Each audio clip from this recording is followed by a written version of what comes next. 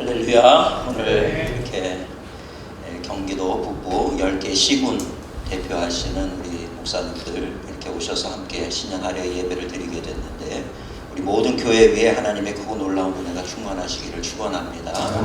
특별히 또 신한대학에서 이렇게 토라 가져오셔서 우리가 함께 하나님의 말씀을 펴는 그런 귀한 이런 물론 상징적이기는 하지만 이런 귀한 시간을 갖게 된 것도 참 뜻깊은 일이라고 그렇게 생각을 합니다. 제가 말씀을 이렇게 준비를 하다 보니까 의도하지는 않았는데 굉장히 이게 일맥상통한다 하는 그런 생각을 하게 되었습니다. 요즘에 우리 대한민국이 많이 심히 혼란하고 또 어렵고 그런 가운데 있습니다. 무엇이 옳은지 이쪽에서는 자기가 옳다 그러고 저쪽에서는 또 자기가 옳다 그러고, 또 좌우로 치우치지 말자 그러니까 비겁하다 그러고, 그래서 참 우리가 길을 잃고 방황하는 그런 시대 가운데 우리가 서 있는 것은 아닌가 이렇게 생각을 합니다. 그러다가 문득 에스겔 37장의 말씀을 묵상하다 보니까 오늘 성경에 보니까 이 에스겔 선지자를 하나님이 한 골짜기로 이렇게 데리고 가서 그 골짜기의 뼈들을 보여주시는 거예요. 그러면서 그 보니까 그 뼈들이 힘이 많았는데 상태가 아주 안 좋다는 거예요. 말랐더라는 것입니다. 상태가 아주 말랐더라. 제가 오늘 하나님께서 이 대한민국을 보실 때 어떻게 보실까 이런 생각을 한번 해봤습니다. 한국 교회를 보실 때는 어떠한가? 하나님의 은혜로 말미암아서 오늘날 한국 교회가 굉장히 많이 성장하고 부흥하고 많은 사람들이 바라보고는 있지만, 오늘 한국 교회가 하나님 보시기에도 지금 바른 길을 가고 있는 것인가? 하나님이 보실 때 오늘날 한국 교회가 어떻게 보면 가장 이 번창한 시기를 지나고 있다 이렇게 얘기할 수 있을지도 모르겠지만, 하나님이 보실 때는 혹시 마른 뼈같이 보시는 것은 아니겠는가 이런 생각을 해보게 됐습니다. 북이스라엘에 아합 왕이라고 하는 왕이 있었어요. 그 아합 왕 시절이 북이스라엘으로서는 가장 번성한 시기가 아합 왕 시기였습니다. 가장 살기 좋은 시기였고 가장 모든 것이 풍족했던 시기가 아합과 이세벨 왕의 그 시기였다라고 얘기를 하는데, 성경에 의하면 하나님은 그 시기를 가장 어둡고 악한 시기라고 말씀하고 있다는 사실을 생각해 볼 때, 오늘 우리 한국 교회가 정말 어떻게 보면은 교회가 성장하고 세계가 주목해보는 그런 아주 위대한 그런 시기를 열고 있다라고 얘기는 하지만, 실제로 하나님이 보실 때도 그러하실까 하는 그런 두려운 마음을 갖게 됩니다. 오늘 하나님께서 어찌 보면 한국 교회를 향해서 뼈같이 보시면서 그 상태가 심히 말랐더라 이렇게 말씀하고 계시는 것은 아닐까. 그런데 감사한 것은 거기에 답이 없는 것은 아니더라는 거예요. 그 이후에 하나님께서 에스겔 선지자를 보고 하시는 말씀이 너는 이 뼈들에 대하여 대언하라, 말씀을 선포하라 이렇게 얘기를 하고 있습니다. 하나님의 말씀이 선포되어질 때 뼈들이 붓기를 시작하고 거기 살이 붓기를 시작하고 연합이 이루어지는 거죠. 이 연합이 이루어지면서 한 몸이 되는 것을 볼 수가 있습니다. 그 뒤에 또 말씀하시기를 하나님의 군대로 서 있기는 하지만 생기가 없더라는 거예요. 그래서 다시 에스겔 선지자에게 다시 대언해라. 하나님의 말씀을, 대언이라는 건 하나님의 말씀을 대신해서 선포하는 것을 의미하죠. 대언해라. 그렇게 생기야 사방에서 몰려오라 대언을 했더니 그 생기가 그 뼈들에게 맞춰진 그 사람의 그 군대에 들어가게 되니 지극히 큰 하나님의 군대가 되었다는 말씀입니다. 목회자들이 강단에서 대언하는 말씀은 정말 중요하다고 생각을 합니다. 하나님의 말씀을 대언해야 되는데 사람의 이야기가 아니라 자기의 생각이 아니라 하나님의 말씀을 대언하게 될 때 그 말씀은 살아 역사하는 하나님의 능력이 있는 줄 믿습니다. 결국은 말씀이 대답이라는 거예요. 해답이라는 것입니다. 과거에 한국 교회가 어려웠을 때 이 강단에서 목사님들이 선포하는 말씀이 곧 모든 어떤 오피니언에 있어서 많은 그 오피니언을 결정하는 중요한 역할을 했던 것이 강단이었어요. 이 강단에서 선포되는 말씀이 그만큼 중요한 말씀이었음에도 불구하고, 오늘날은 이 강단에서 선포되는 말씀에 대해서 그 말씀을 온전히 아멘으로 받기보다는 판단하고 분별하고 틀렸다고 그러고 이렇게 재단하는 그런 모습들을 우리가 볼 수가 있습니다. 그러니까 오늘날 한국교회에 어떻게 보면 가장 큰 위기는 강단의 권위를 잃어버렸다. 강단의 권위를 잃어버린 거에 원인이 무엇이냐? 하나님의 말씀을 대언하기보다는 자기의 생각을 대언하고 있는 것은 아닌가 이런 생각을 해보게 됩니다. 저는 우리 경기 북부에 그 10개의 시군에서 올 한 해 아주 상징적으로 토라가 들어왔습니다만 다시 하나님의 말씀이 말씀으로 선포되어질 수 있는 그런 2025년 한 해가 됐으면 좋겠습니다. 이 한 해는 특별히 중요한 것이 아펜젤러 언더우드가 손을 잡고 사이좋게 재물포 안으로 들어왔던 그 1885년 4월 5일 아닙니까? 딱 올해 부활절이 140주년을 맞는 그런 부활주일입니다. 우리 감리교회에서는 감리교회대로 15개의 행사를 지금 준비를 하고 있고요. 기념하기 위해서.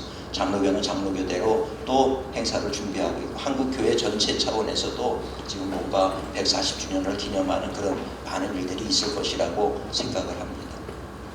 그 많은 행사 가운데 제일 중요한 것, 제일 소망하는 것이 있다고 하면 강단이 다시 하나님의 말씀의 권위를 회복하는 일이 있었으면 좋겠어요. 말씀이 선포될 때 회개하고 돌아오는 역사가 있었는데, 오늘 우리 교회가 다시 한번 하나님 앞에 무릎 꿇고 기도하면서 하나님의 말씀을 받아서 하나님이 대언하라 하시는 말씀을 대언할 수 있는 한국교회가 되게 될 때, 이 마른 뼈처럼 다 분열되어 있고 나뉘어 있는 이 한국교회가 다시 뼈가 붙고 살이 붙어서 하나님의 큰 군대로 세워지는 그런 귀한 역사가 일어날 것이라고 믿습니다.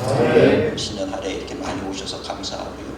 우리 교회마다 정말 다시 하나님의 말씀을 회복하는 이런 놀라운 운동들이 교회마다 또 이 대한민국 방방곡곡에 울려 퍼질 수 있는 한 해가 됐으면 좋겠습니다. 저는 늘 제 성경 가운데 김중건 목사님의 이 기도를 늘 이렇게 복사를 해서 가지고 다녀요. 그러면서 수시로 기도할 때 이 기도문을 제가 이렇게 펼쳐서 읽기도 하고 합니다. 제가 이 김중건 목사님의 이 마음이 참 우리의 선대의 그 목사님들의 마음과 그 나라를 향한 그 마음이 어떠한가, 이런 것을 읽을 수 있어서 참 좋은 것 같아요. 한번 제가 읽어드리려고 합니다.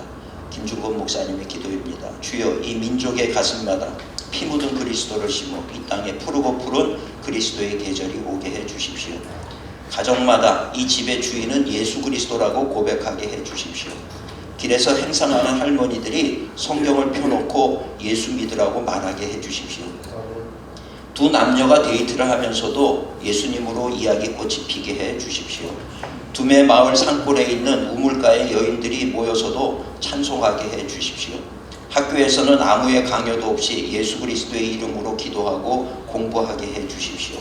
국회의원들이 여기저기서 회개하고 금식하고 기도하고 하나님 앞에 무릎 꿇는 국회가 되게 하시고, 법을 제정할 때 주의 뜻이 무엇인지 물어보게 하시고, 신자들이 전부 합심해서 대통령이 옳게 당선이 되면 그가 무릎을 꿇은 후에 주여, 나는 당신의 종의 종일 뿐 당신이 나의 대통령입니다 라고 고백하게 하여 주십시오.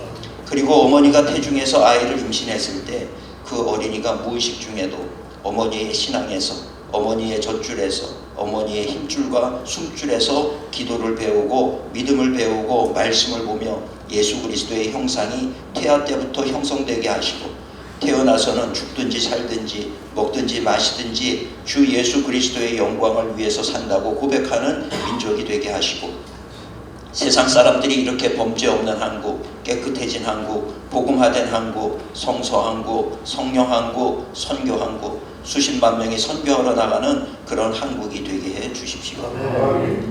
참 이 기도문을 읽을 때마다 이분의 소망은 하나님의 나라밖에는 없었어요. 이 땅에 그리스도의 푸른 계절이 오게 되면 겨울철에 얼었던 그 모든 얼음을 우리가 깨려고 그러지 않아도 스스로 다 녹아버리고 꽃이 피는 것을 우리가 볼 수가 있듯이, 이 땅에 그리스도의 계절이 임하게 될 때 정말 서로를 적대시하고 원망하고 손가락질하는 그런 모습들이 이제는 변하여 서로 끌어안고 하나님의 은혜 감사하며 삼천리 방방곡곡에서 하나님을 찬양하고 노래하는 그런 귀한 역사가 일어나게 될 줄 믿습니다. 인간의 힘으로는 안 되잖아요. 우리가 여태까지 노력을 해봤지만 되어지지 않더라는 거예요. 계속해서 더 열심히 하면 할수록 분열되고 나뉘는 모습을 보면서 정말 이제는 우리가 우리의 생각을 겸손히 내려놓고 정말 이 땅 가운데 하나님이 주인이시고 하나님이 다스리시사 그리스도의 푸른 계절이 오게 하시어서 교회마다 성령의 바람이 불게 하시고 다시 회복과 화해의 역사가 일어나는 대한민국이 되도록 우리 경기 북부에서부터 다시 하나님의 말씀 운동으로 돌아가는 한 해가 됐으면 좋겠다라고 하는 소망을 가지게 됩니다. 우리 두려운 것은 우리 믿음의 선대에서는 한국교회를 일으켜 세우고 기도하는 교회가 되게 하고 말씀이 선포가 되는 교회가 되도록 만들었는데, 오늘 우리 때에 와서 이 한국교회 위대한 그 영적인 유산을 가진 우리 한국교회가 무너지는데 우리가 앞장서는 그런 주의 종들이 돼서는 안 되지 않겠는가 하는 그런 생각을 해보면서 우리 다시 한번 옷깃을 여미고 우리 열심히 말씀과 기도에 전념하시면서 하나님의 뜻이 무엇인지를 묻고 하나님의 뜻만을 강단에서 선포하여 강단의 권위를 회복할 수 있는 그런 우리 모든 경기북부의 10개 시군의 교회마다 그런 놀라운 말씀의 역사가 일어나는 한 해가 됐으면 좋겠습니다. 하나님이 우리를 결코 버리지 않으실 거예요. 마른 뼈와 같다 할지라도 하나님은 다시 살게 하시는 하나님이신 줄 믿습니다. 그래서 오늘 우리는 하나님을 바라봐야 되는 것이고 하나님의 말씀에 집중하는 우리가 될 때 하나님은 이 대한민국을 다시 일으키시고 한국을 통해서 세계 복음화의 놀라운 역사까지 이루어 가시는 하나님이 되시는 줄 믿습니다.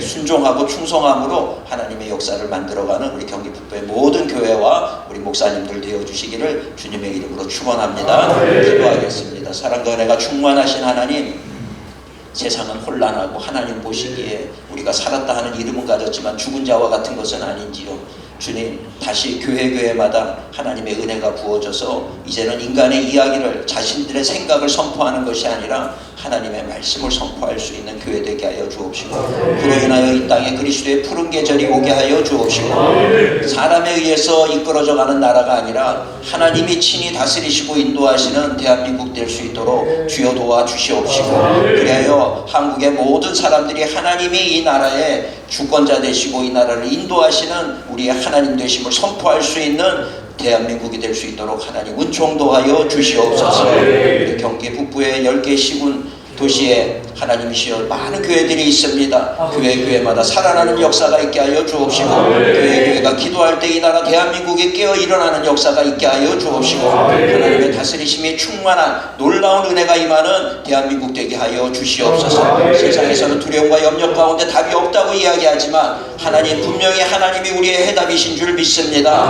하나님 역사하시고 이 나라를 친히 지금도 이끌고 계시다는 것을 세상 모든 사람들이 보게 하여 주시옵소서. 도우시고 함께 해주시는 하나님을 찬양하오며 예수님의 이름으로 기도드리옵나이다. 아멘.